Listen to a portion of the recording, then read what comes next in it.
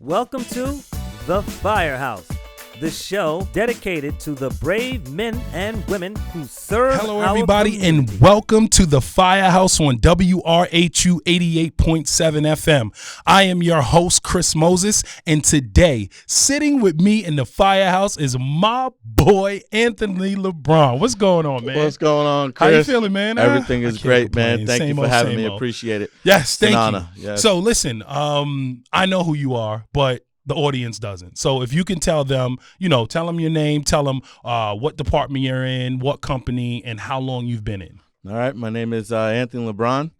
I am from Uniondale Fire Department, currently serving Protection Company number 4 for the past 26 years. 26 years.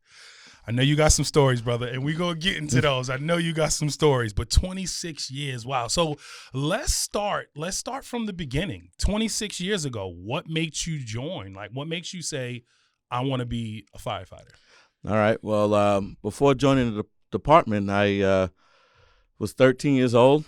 Was at the crossroads of which road I was going to go down. My mom got me involved with the junior firefighters. I got into the juniors. I loved it. Loved the hands-on training. Loved what their motto was about, learning and teaching you the way. Rose through the ranks of the juniors. When I aged out at the juniors at 18, I went off to college. So you were in the juniors? Yes. So you went through the juniors? I went through the juniors. So just explain when you say rose through the ranks, because I don't know if people realize in the juniors there's ranks just like in, when you actually get in. Correct. So in the juniors, I served as the first lieutenant, the second lieutenant, first lieutenant, and the captain. Twice. After that, I became 18 years old, and I went away to school. Came back from school, didn't like being away from home. And first thing I did, the first Sunday I was home, I went down to the firehouse. You ain't waste no time. I didn't waste any time. Went right down to the firehouse, and protection. I live 2 blocks from Protection Company. And I asked them, what do I need to do to join? So it was off to the races. And it was off to the races from there. Yes. So you come in, and what year was that?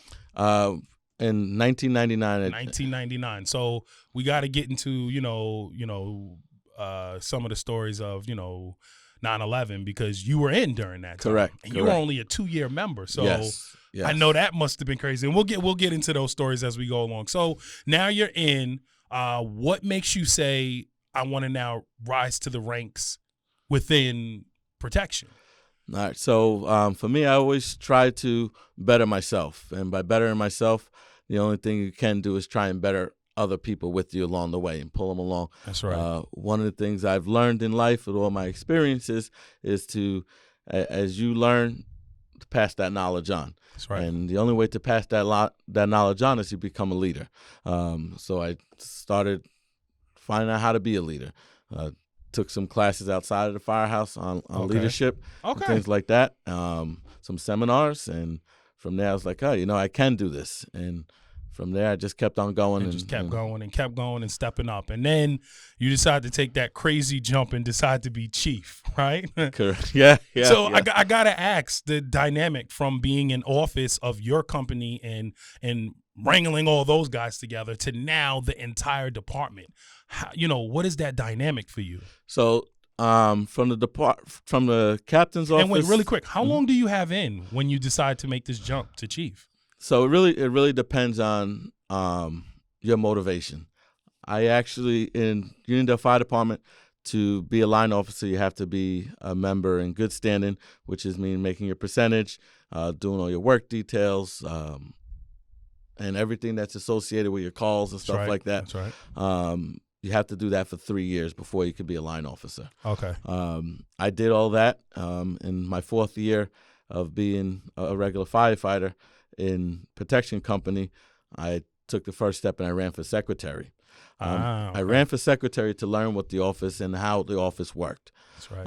I always feel that it's important to learn before you get involved. That's right. So I went into the office as a secretary, learning the ins and outs, what's expected of you, what's needed to be accomplished while you're in the office. And then the following year, I ran for second lieutenant. Okay. Second lieutenant, again, it's the first position as being a line officer, and it's a lot of learning. You pretty much are the workhorse of officer when you're a second lieutenant. So while you're a second lieutenant, you're learning how to communicate with the members as well as handle the ins and outs of the firehouse. Being a leader. It was a great experience. From there, I went to first lieutenant. At first lieutenant, you handle all the training aspects for the for your company. So the best part about there is you get to speak and teach and pass that knowledge that was passed down to you as you were a probationary member to now as a line officer to the next younger men and women that are joining the fire service. From there, then you become the top. And when you're a captain of the company, everything comes to you. And the buck stops with you on the company level. But heavy is the head. Heavy is the head, absolutely. So for it depends on how your company operates. Some companies are very tough on their captains. Some companies are give them a little leniency. For me and my company, they hold you accountable. That's right. And which led me to be what I am today. By them holding me accountable and showing me the way, allowed me to proceed to become a chief. To become the chief. The chief. So now, is it more of a so you're a captain now? You went right into chief after that, or you took some time off, or how did that go? It was just like boom. We gotta keep going. I after captain, for Uniondale Fire Department, you have to take off a year. Okay. I didn't take off a year. I wind up going back down and being the second lieutenant. We had a vacancy of a second lieutenant. Okay. So technically my year off, I was still leading in. And we just said that was the workhorse one, and so you just went back to the workhorse. Right back into it. And then following April, which is when the fire department has their elections, I was nominated to be the second assistant chief of the fire department. So as far as taking time off, there hasn't been. There wasn't no time. There wasn't no time. You was gonna keep going. I was gonna keep going. Correct. So now again, how is that dynamic? Like, how do you feel from just one company to now the whole department? How do you handle that? So the way you handle it is pretty much understanding how to handle a company and then multiply it 3 or 4-fold, depending on how many companies you have in your department. For us, we have 4 companies in Uniondale. So you definitely have many different personalities, and you have definitely many different point of views. Where the best thing I learned as being chief was listening to what everybody has to say. If you listen to what they have to say and then you give them some feedback, you may not always agree, but by listening, they get to express their point of view, and you get to express yours, and you come to some type of middle ground where it's a compromise and everybody works together. Everybody works together. So that was going to be my question. Like, how do you maintain that camaraderie? Like, as the chief, you got this company, everyone's like, oh, my company, all of that. How do you maintain that camaraderie between everyone now that you're sitting there as chief? And that's a fine line. It's a very fine line. So you want to always try and make everybody happy. But one of the things that was always told to me by one of my mentors, which is Steve Daugherty, was that, if you give the membership what they need, they're going to give you what you need. That's right. So that's right. It's a say that one more time and look at that when you say it. If you give the membership what they need, they're going to give you what you need. That is truth. That is the truth. Absolutely. It's a two-way street. That's right. So it's always a give and take in the fire service. And just for, our listeners that aren't in or thinking about it is that family aspect that you also talk about, right? Absolutely. Family aspect. Everybody's, brother and sister. There's going to be some disagreements. Always. There's going to be times where you're not going to get along with people. But the best part about that is being able to find a way to still continue to work. That's right. And then maybe later on you can repair that relationship. And that's definitely happened to me in certain aspects of fire service, and I took it as a learning experience. Yeah. Mm-hmm. So I have to bring up 2 situations of who you are. And I've talked about it before on the show.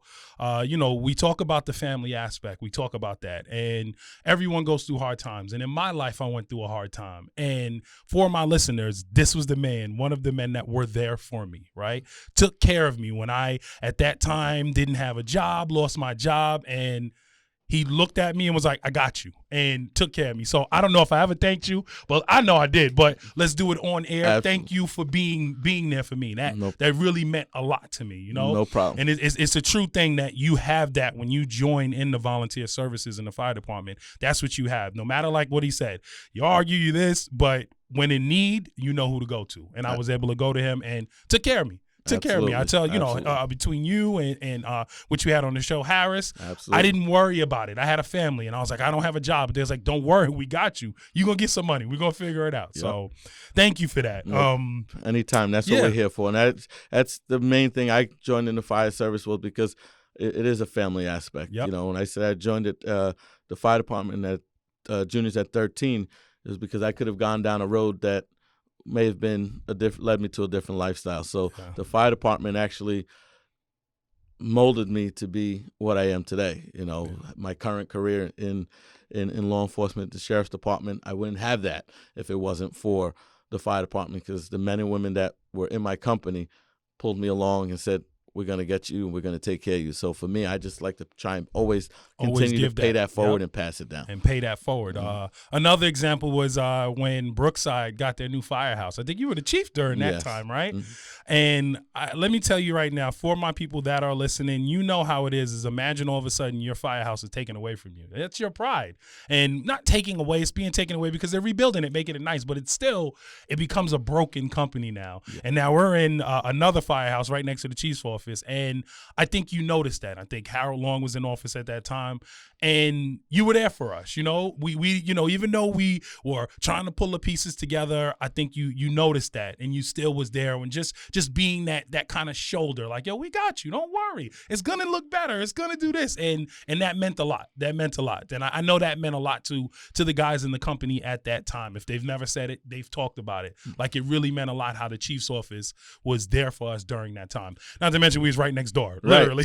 Right. And again, it brought the bond together, right? It did. Because at that point in time, you guys didn't have that tradition that you always had at your firehouse. I knew that from being in the juniors, what it was like at Brookside. Brookside was definitely 110% that, and it still is to this day, that family-oriented living room, home type feeling. Yep. And, you had it removed from you for betterment down the road, but when you're at that present time, it hurts. It hurts. It hurts. So. And you're stuck in somebody else's space where it doesn't feel like home. Yeah. And that's what was missing. You didn't have your home. That home. Mm-hmm. So 26 years, right? 26 years. Do it go like that? Like, do you looking at it now like 26 years? It has gone very fast. Out of my 26 years, 24 of them, I've been in some type of leadership role. Wow. Between company officers, chief, and currently as one of the commissioners. So now we got to go into that. I want some stories. We're going to get to the stories. But now you are, a leader in your company. And then you say, I'm going to take this jump and I want to be the leader of the department. Then you say, now I want to be a commissioner. How is that? As a line officer and dealing with that, then switching over to being a commissioner. You're still active in the fire department, yes, but now you look at things through a different lens. How is that dynamic? How does that switch happen? So for over 50 years, Fire News has been the preferred publication for fire, rescue, and EMS heroes. Fire News print edition reaches Long Island, 17 states, and the District of Columbia. Visit firenews.com to see the latest news, read their digital prints, or follow them on Facebook and Instagram pages. In print, online, on social media, Fire News has you covered. Visit firenews.com. And if you go ahead and go visit on Instagram, please leave a comment and tell them that WRHU 88.7 The Firehouse sent you. So for me, the transition was very easy. Okay. And I say that because I revert back to that statement I said before. if you give the men and women what they need, they're going to give you their 110%. And whenever I swear anybody in, I say that statement. You put in what you get out. If you give this department 110%, you're going to get 110% back. That's right. So that transition from me from the chief's office into the commissioner's office as a district was very easy because that's my motto. Yeah. I am unfortunately ex-commissioner Russell Rincuso passed away in the middle of his term. And I just felt that there was an opportunity for me to continue his legacy of doing that. He was one of the other guys that always made sure we had everything. Yeah. So when he passed, it kind of hurt me a little bit. And I was like, oh, there's a void here now. So I spoke to the senior members of my company and got their opinion. And said, give it a try. So I said, all right. I went home, spoke to the family, and said, this is what's next. Are we in or are we out? Are we out? You know? That's an important part right there, though, that a lot of people, don't even think of. Like, you went to your senior men, you talked to your senior men, but something even more important was family, because they're taking this ride with you. Absolutely. And I love that you said that, I went home and, hey, this is the next step. Are we doing this? Not, am I doing this? Are we doing this? And I say that for a reason, because there's so many meetings that you have to make. There's so many other commitments that you have to make when you're in these type of roles that you miss out on a lot of family time. But you have to be able to balance. Yeah. Right. And especially now that my daughter is 16 years old, it's more relevant than ever, because as your family grows, you still want to be dedicated to your department and what you do. You still got to be dedicated to home. That's right. That is right. So important. All right. So 26 years. Let's get into these stories. What story do you got for me? Because I know you got some stories. Well, let's at least think of 2 stories, but what do you got? All right. Some memorable stories. Memorable stories. So the first one is going to be I was captain of protection company at the time. It was over the summer. We had just come from a call on the south end of town on Smith Street for a man electrocuted by a fence. Wow. So wait, a man electrocuted by a fence? Yes. We had a lightning storm. Okay. So he's holding on a fence. And he wound up getting electrocuted. We wrapped up that call. Next thing you know, the Uniondale Fire Department, Firecom is toning us out for a building fire up on the north end of town. So we're over at Smith Street, which is on way south. Yeah, all the way south. And we look up north, and we see a big column of smoke. And we're like, oh, boy. Chiefs go racing towards the scene, coming down. Ex-Chief Joe Rodriguez was on scene first. And I get down Commercial Avenue, make the left down to Oak, and you couldn't see a thing.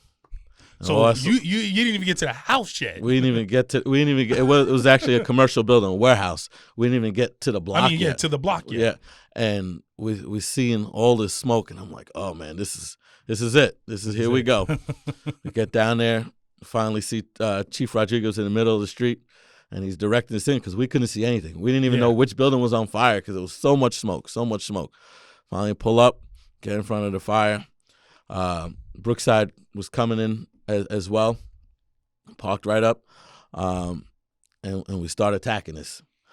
Next thing you know, we're sitting here attacking, and then the front facade of the building, which is the face point, all the bricks, just comes crashing down. And so the front of the building just collapsed right technically in front of us. We're probably about 10 feet from the front, and it just comes on down. And we're like, and after that, it was just like, sit back, take a breath. And it was like you had to do a little check somewhere to make sure everything was good, because like your mindset is like, all right, I'm going in here fighting this and see what I got to do. And then you see this happen, and it's just like, whoa. All right, we got to reassess the situation, take a step back, and then literally take a step back. Yeah. And let's see what's going on. And, that definitely from that aspect, always in my mindset, I said to everybody, regardless of what type of fire we have, I want everybody to go home the same way they That's came. right. That's right. Because we got families at home. That's right. Yes, we do this for free, but the fire doesn't know. It doesn't know who's doing it. What's going on. Yep. Yep. So that was, as captain, that was probably my first one, my instance that definitely changed my outlook on a lot of things. Now, next story I have is when I was chief, and I do watch the show regularly, so I continue doing what you're doing, promoting and getting members and volunteers here. It was spoken about here with ex-Captain Evans. Was the Christmas Day fire we had. Yes. Where unfortunately him and ex-Chief Rodriguez were injured and went through the floor. That was I will never forget that, man. Yeah. That was the most, oh man. Yeah. And that was, if you saw in the show, that was my first fire. Oh, yes, First correct. fire. Mm-hmm. And I made the joke because I was on the lawn, scotted up like, and they looked at me like, what are you doing? We didn't even get, but that was my first fire for all of that to happen. But go ahead. Yeah, so Jobtown Graphics is your go-to for custom prints, t-shirts, patches, stickers, and more, turning your creative ideas into reality. Owned and operated by a firefighter, they bring dedication and precision to every project. Whatever you can imagine, they can produce. Visit them at Jobtown Graphics on Instagram, Facebook, and TikTok. Drop a comment if you go on Instagram and tell them that WRHU 88.7 The Firehouse Yeah, sent you. so I was actually chief. I was home Christmas morning having breakfast with the family. That's right. We get toned out for the call. One of the first ones on scene. Have a pretty decent smoke showing. Transmit to Signal 98, which is a smoke showing. Yep. Get everybody to the firehouse, stuff like that. Do a quick 360. Notice that we definitely got something going on in that. Got something moving. Something going on. Engine starts rolling up. Trucks start coming. Every membership starts doing what they do, leaving their families on Christmas Day. Yeah. From opening gifts to tend to what the community needs. And we fight this fire. And next thing you know, everything operations is going.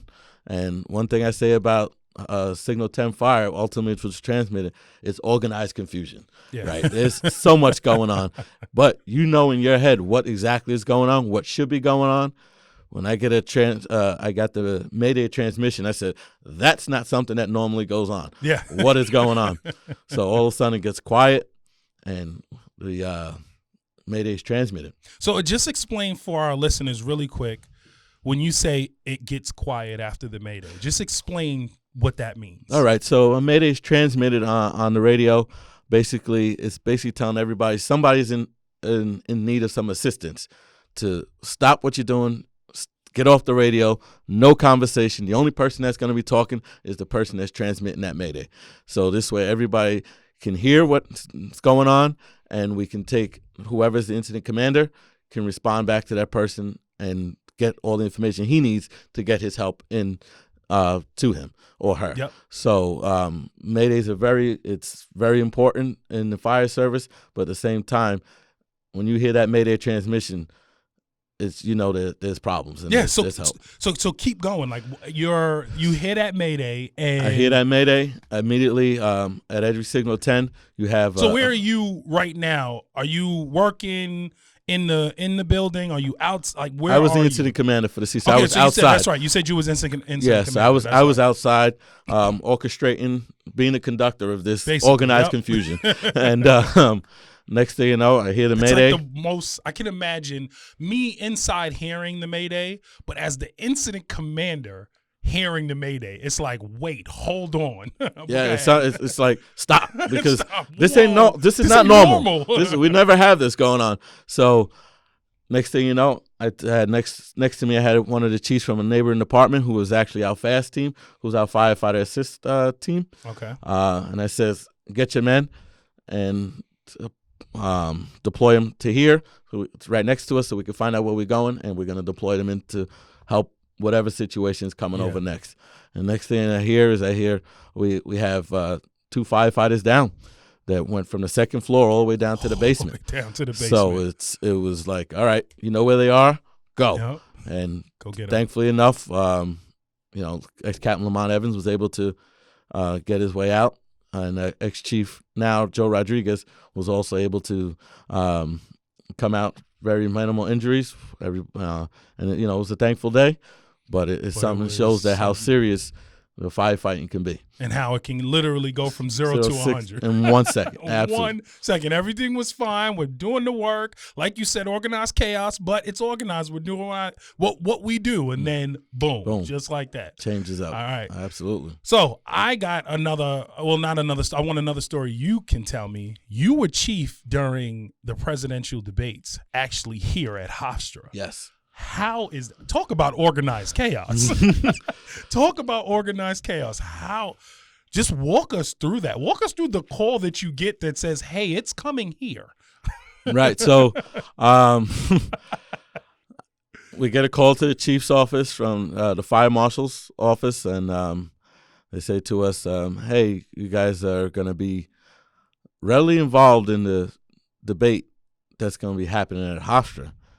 And I'm not really a political person. I'm like, debate? What do you mean? What do you like the presidential debate and is coming to Hofstra. But the only good thing about it is that there's no sitting president that's running. I'm like, is that really good? Is that really good? So I said, okay. We had to have a briefing with the Secret Service, the FBI.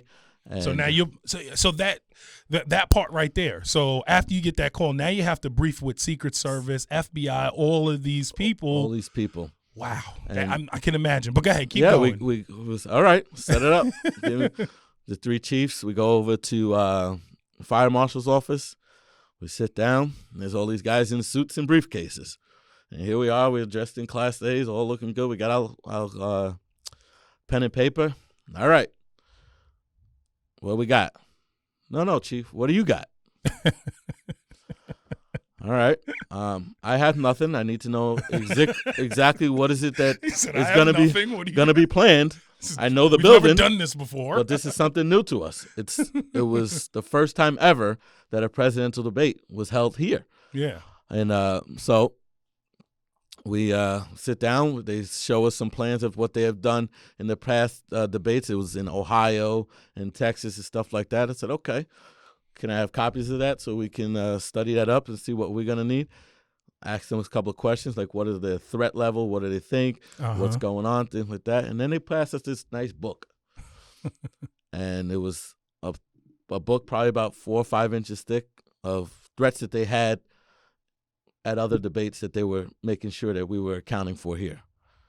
And at that point in time, it was definitely a eye-opener. It's like, all right, this is serious. This is just no little two people going to sit on the stage and there's going to be a moderator and talk. There's a lot that can happen. There's a lot going into it. So just at that point in time, they were nominees for both parties, for their respective parties. So they had the Secret Service detail. They had their team of campaign managers, their security detail.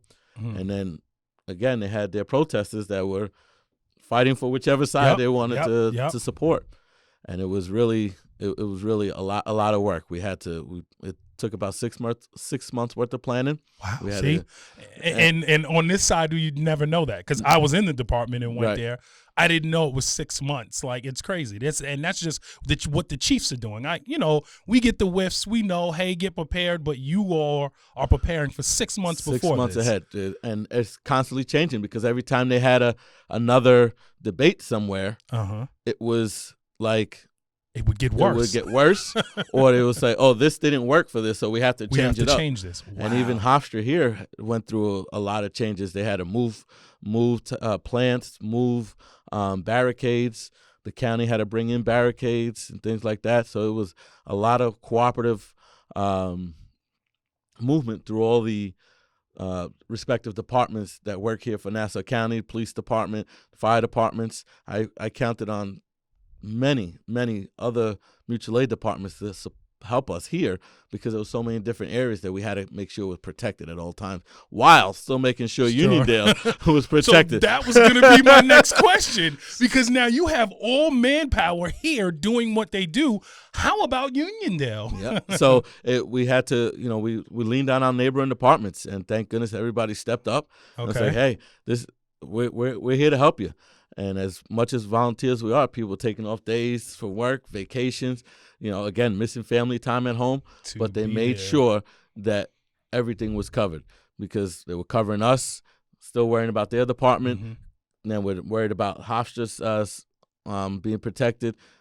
The two candidates at that time that had to be protected. So it was a lot of collaborations going on with everybody. It just didn't stop. But your mind frame, like where is your mind frame at, knowing that I am the chief of the department? If anything goes wrong, it's on me. Where is your mind frame? Like, how do you even set your mind to be like, all right, and keep going through this? So, one thing I kept doing was always checking and rechecking and double checking and triple checking. And you make your lists, and it's like Santa Claus says, check your list and check it twice. Well, it was like check it 4 times, 5 times. And then even day of, you're like, all right, is that person there? Okay, that person's there. What do you got? That person there. And you always constantly, you had to lean on everybody else. Just because I was the chief of the department. Yeah, I was chief of this, but I had to weigh on all the ex-chiefs, chiefs from neighboring departments to help out, because not one person could have done this alone. Yeah. So it's impossible. Impossible. Wow, man. I mean, that I remember being a part of it, but I never, and a lot of people, probably even the listeners, don't think about it from that high level of being the chief of the department and having to look at every single piece of everything that goes on. So, listen, kudos to you. Like we said, heavy is the head, man. Yes, absolutely. Because it becomes a bit crazy. All right, so you know what? We might as well just get into the game. I know if you've seen the show, we play the flashover. And I always say, listen, I actually put out a poll. I think I put it out. Like, should I change some of the TV shows that I put? And a lot of people were like, no. Then some people were like, yes. There was like, add, because there's some new ones. So I'm probably going to add the new ones, but not this time. We're going to go with the basics. All right? Okay. So we are going to play the flashover. Chief, what is a flashover? So flashover is basically when everything is burnt in the building or in the room, and it just reignites, and it's quick. And it happens just like that. And that is the premise of this game. I will give you Android, Apple, and you got to give me the answer really quick and let me know which one. All right. So, Chief Anthony Lebron, are you ready for the flashover? I'm ready. Let's do it. Let's go. Chicago Fire, rescue me. Chicago Fire. Rescue me, third watch. Rescue me. Backdraft, ladder 49. Let's go. I got to go ladder 49. Ladder 49. All right, we're going to talk about that. And then the most important question I'm going to ask you today, and I already kind of know your answer. But I got to ask anyway. Engine or truck? I got to go with the truck. The truck is what I know, and the truck is where I live. Absolutely. Truck is what it is. Absolutely. I don't know if you saw, and I brought this up before, there was an engine guy on that said, I'm a firefighter, not a firefinder. Okay. I was like, oh, man, you're going to piss some truckers off with that statement right there. Yep. But let me ask you a question. Ladder 49 on for Backdraft. Backdraft is that's the Bible of fire service. I love Backdraft, and I will always continue to watch it. I still watch it sometimes when I'm sitting home. And but Ladder 49, I say only because it was filmed in my lifetime, right? So that's the main part of it. Yeah. And I've watched it numerous times and things like that. And it kind of, even though it's movies, it kind of just shows how it evolved from what Backdraft was to today. So it's not really any difference, but that's the only reason why. That's really why. Yeah, it was filmed in my lifetime. It's more realistic, too. That's what everyone always says. And I felt the same way. A little bit more realistic. Correct. Where Backdraft was a little exaggerated. Yes. I mean, as you know, in Backdraft, they busting through doors and just leaving it go, and the fire just stays in the room. Well, in life, that doesn't happen. That doesn't happen. So, yes, it's going to come at you. For sure. It will definitely come right at you. Sure. So let me ask you a quick question. Talking about craziness, what is something you'd want to debunk right now about firefighting? Or even just being in the volunteer services? One of the things that I definitely would like to debunk is that they say that firefighting is not for everyone. Okay. There's a job for everybody in the fire service, whether you come out as a volunteer to help out EMS, if we have a working fire, to support the fire department by giving them water, rehabbing them. There's a job for everybody. That's right. That's right. As long as you're dedicated to what you do and what you give, it's value in it.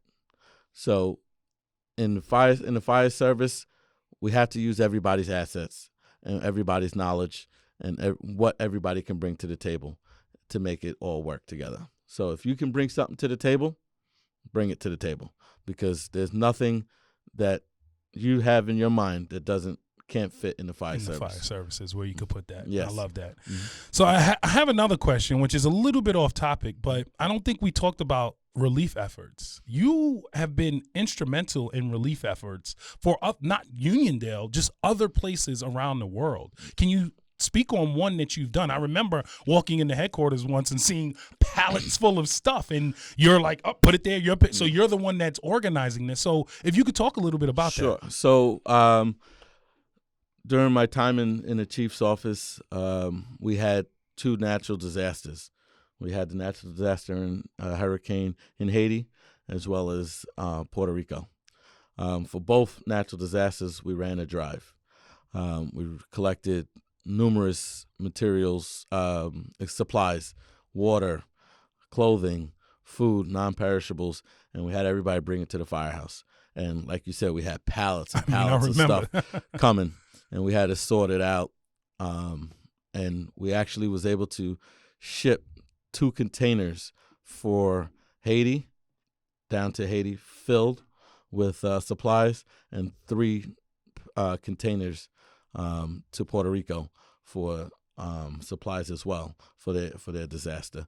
One of the things I've always been is a worker, and when you work, you always give back. That's right. So I've come from nothing to where I am today. So one of the things that I always do is always want to give back, whether it's talking to the youth, being involved in the community, doing something to give back. That's all I'm about. So any way I can do it, I always try to find a way. To do that. Yes. And you said about, where you are now. So your actual job of what you do, which is what you do. What do you do? Just so I work for the Nassau County Sheriff's Department. Working for Nassau County Sheriff's Department. How did you get into that? Does the volunteer services fall in anywhere of you obtaining that job? Yeah. So like I said before, we're a big family in the Firehouse. If I didn't join the Firehouse, I wouldn't have known about the job I have today. The job I have today, it can be very trying, but that's right. It's a difficult job, but it's a way to give back because it's protecting the civilians in each community every day. That's right. So it's still another way that I give back. That you give back. But it's the volunteer service. It was the volunteer service that got me to where I am. To got where you are. To literally what you do every single day, your life, your bread and butter is because of that volunteer services. Absolutely. I love it. I love to hear that. So before we close, I got a couple more questions, sure. right? If there was someone that was listening right now that is thinking about joining or just got in, what is a piece of advice you'd want to give them? If you're thinking about joining, 110% come down to the Firehouse and join. What you get out of the fire service in the volunteerism, you're not going to get anywhere in the world. So you're true. Gonna find, so true. You're going to get that dedication from every person that you're in the company with or in your department. You're going to get that leadership. Mm-hmm. And in today's day and age with the households having to be 2-income houses, you get that shoulder to pull you along the way. That's right. Because it is a camaraderie. That's right. If you're missing something, you need help with something, there's always somebody that can help you in the Firehouse. You can get advice from people in the Firehouse that will tell you, hey, try it this way.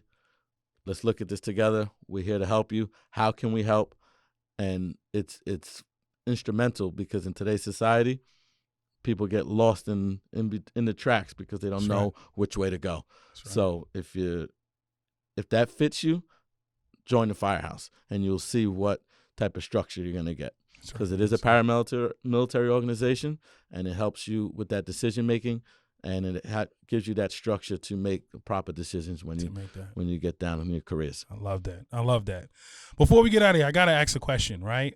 Truck 4, protection. What's the name, right? Is it Protection Truck 4? Is it just Truck 4? I've heard it all, right? Right. Sometimes like, hey, just protection. Like, is there any, background to what, protection versus Truck 4? Like, and is protection the name of the company? Like Brookside's the name of company too? Like, if you can explain that. Sure, yes. So it used to be just Protection Company, and protection was the whole department. It was the truck and the engine. Yes. Back down in the middle of town. We had Donald Haight on, and he was saying that. Yes. He was like, protection was that company, that was it. But go ahead. Yes. So that's how protection became about. Then as it evolved, we became just a truck company, and then the two engine companies were formed. So the name is really Protection Company number 4, and it's the truck is we have both ladder trucks in our firehouse, so that we do our main job at the fires are the truck positions. To do that. All right, so that's what it is. So it is protection, basically truck. Well, you can say either one. Yes, anyone that you want. It's interchangeable term for us. Absolutely. Yeah. All right. So is there anything that I'm forgetting, Chief? Is there something else that I should be, bringing up? Everything. Like I said here, dedication is paramount to the fire service. It takes a lot of schooling, a lot of classes, a lot of time. But if you're dedicated, it's a great the Volunteer Fire Service is a great organization to be a part of. You'll learn a lot, you'll get a lot, and you'll be able to help your community and be able to give back. Last question, and this is for you. How has being in the volunteer services changed your life? So the volunteer services changed my life in many different aspects. It has allowed me to do different things, look at things differently, be successful in where I am today, in my professional career as well as my volunteer career, and as leading the fire district on the Board of Fire Commissioners. We work with so many different people. You get to network, you get to learn, you get to talk, you get to share ideas and take that and make new ideas. That's right. The fire service is always evolving, just like life. Mm-hmm. So some of the things that you can take out of the fire service, you can apply it to your life, and it'll change you to the point where you can make these positive decisions, help mold the youth that we have today, and bring them along so they can be successful today. Because a lot of everything today is on computers, YouTube, screens, and things like that. Social media, and they're not getting that FaceTime of one-to-one, or how to communicate and how to be a good decision maker. I love that. Listen, thank you so much for coming down. Me. It's a true honor. Thank you for what you do. Listen, this was a great conversation, so I hope you all will enjoy this. But we just heard from Chief Anthony Lebron from the Uniondale Fire Department, and let's get it right, Protection Truck 4, about his life as a firefighter. I hope you all enjoyed that conversation. Do me a favor. I need y'all to do this. Please like, share, subscribe, do all of those things. I am your host, Chris Moses, and please tune in next week for another great conversation in the Firehouse.